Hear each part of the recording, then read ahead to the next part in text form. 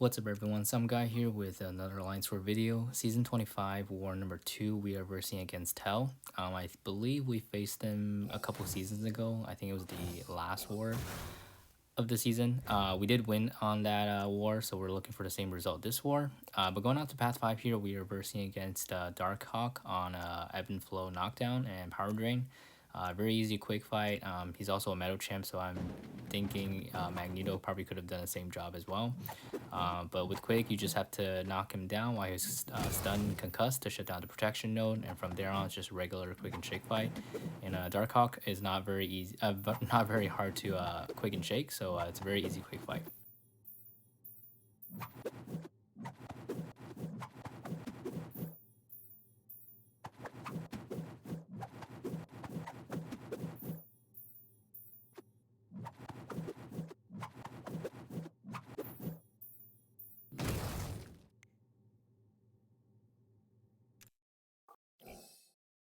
Alright, moving to the next fight here, we have this Mordo on Ebb and Flow Knockdown and Heavy Hitter.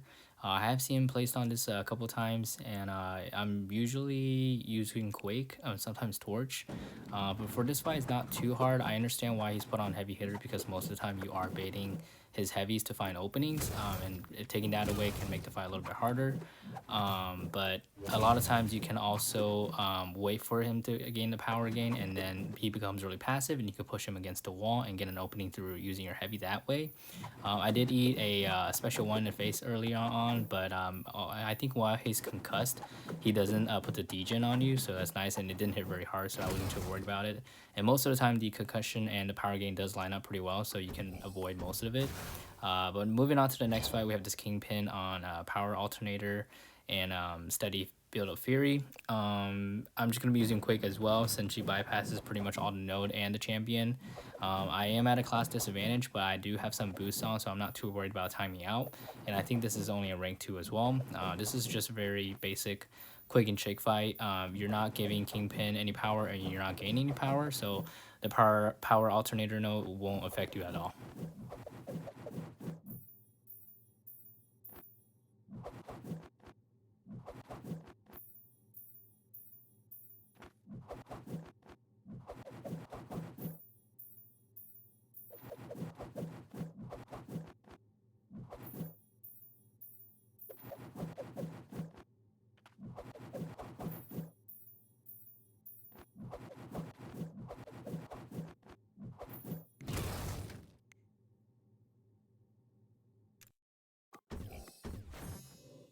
Alright, moving to section 2, we have this Korg on Footloose and Kinetic Transference.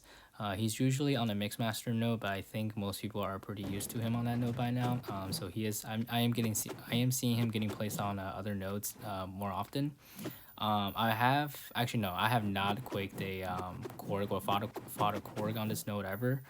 I thought it was gonna be a pretty simple quick and shake fight, but I did forget that it is force of will, so there's no concussion on him, so my stun from the aftershock expiring can sometimes be purified by his awaken ability. So that's how I ate a combo earlier, because it just caught me off guard when he purified the stun and started hitting me. But luckily, since concussion doesn't work on him, the crumbling armor node works in my favor, just because I get the armor break debuff, and I can use willpower to pretty much regen all the way back. So yeah, it's pretty easy, quick and shake fight. You just have to watch out for his for the stun being purified. I think that was the only time it got purified, and from there on, I don't think it gets purified at all. But maybe with a SIG 200 Korg, it might be a little bit more difficult.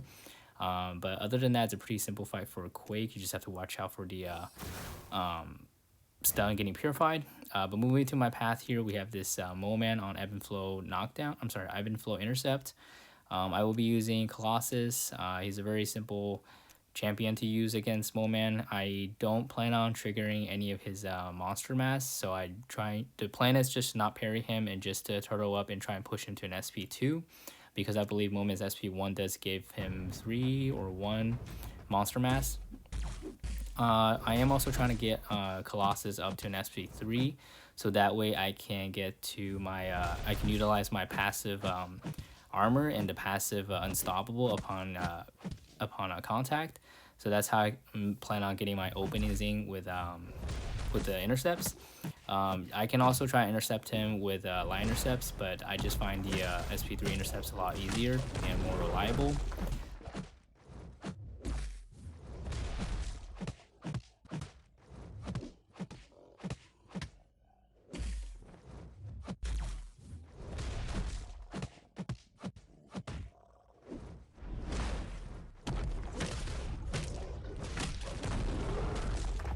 Alright, so I finally got to my SP3. Coming out of the SP3, I should have the passive armor up and get the passive unstoppable upon contact, which gives me the opening for the intercept. A lot of times if I get the first intercept in early, I can get one more in right before the armor up goes away. So right here, the passive fury ends, and just before the passive armor up ends, I'm able to get the second intercept in. So I'm able to utilize 2 intercepts in one SP3, which is nice. It doesn't always work out that way, but it is nice when it does.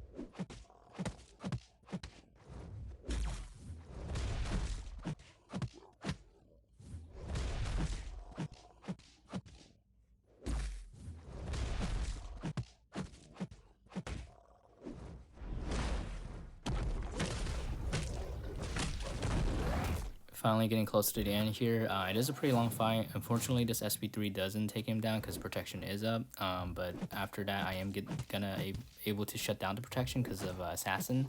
But he's pretty much dead from there on. It is a little bit of a long fight, but it is pretty safe for Colossus. Moving up to the next fight, we have this Professor X on Ebb and Flow Intercept and Redouble Determination.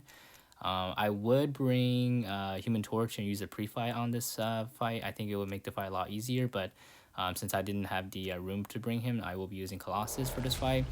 Plan here is just the same plan for Moman, except for here, I'm going to be using heavy parry most of the time, just because I think that's how you get most damage out of Colossus. But it is going to be a pretty long fight just because the parry heavy, you don't get a lot of power through that, and so you get to the SP3 pretty slowly. And Professor X is I think only his first medium can be parry stun, and all his other hits you can't parry stun him. So a lot of times I have to give myself some distance so he can dash in with the medium attacks for me to parry stun him.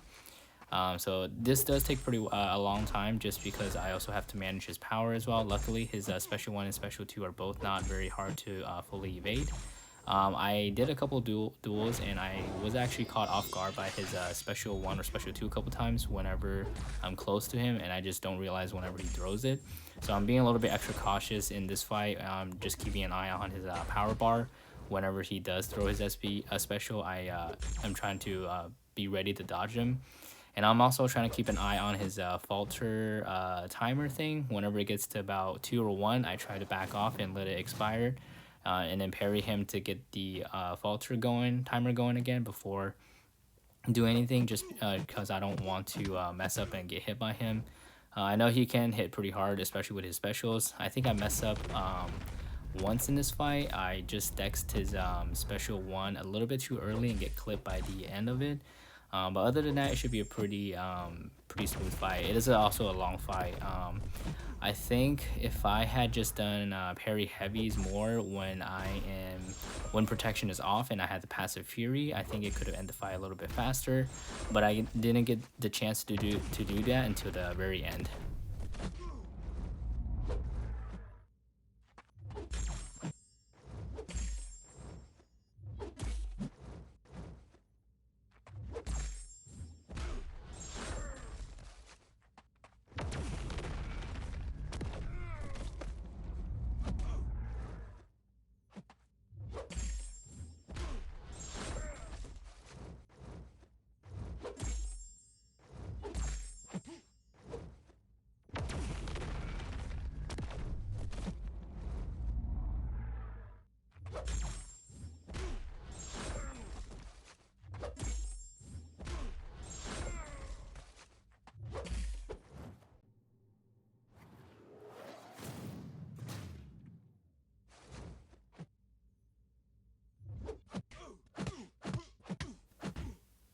I thought about baiting out this SP2, but I did end up pairing him, and the crit of his heavy just finished the fight. I would just wish it could have done more crits in the beginning. It was a pretty long fight, but it got the job done. But moving to the mini boss island, I will be quaking this Cosmic Ghost Rider. It is on Hurt Locker and Power Focus 1. He's not very hard to quake. He doesn't have any double mediums. I could have used Doom as well, but because of the Power Focus 1, I don't think I am able to do the infinite Doom cycle. So I just opt with Quake since I will be needing Doom for the next fight, and I need to save as much health as I can for Doom for the next fight.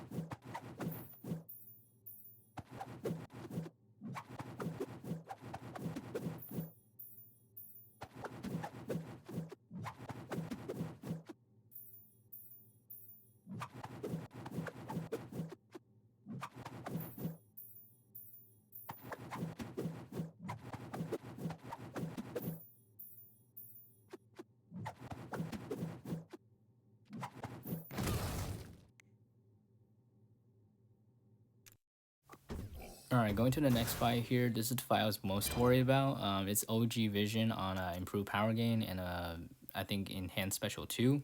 I have used Quake against him a few seasons ago.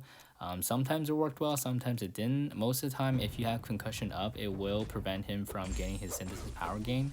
However, because of aspect of evolution, after some time, if you weren't able to time it well and he gets some powers back, his ability accuracy does increase over time, so concussion basically doesn't prevent anything after a while, so you will start eating SP3s a lot.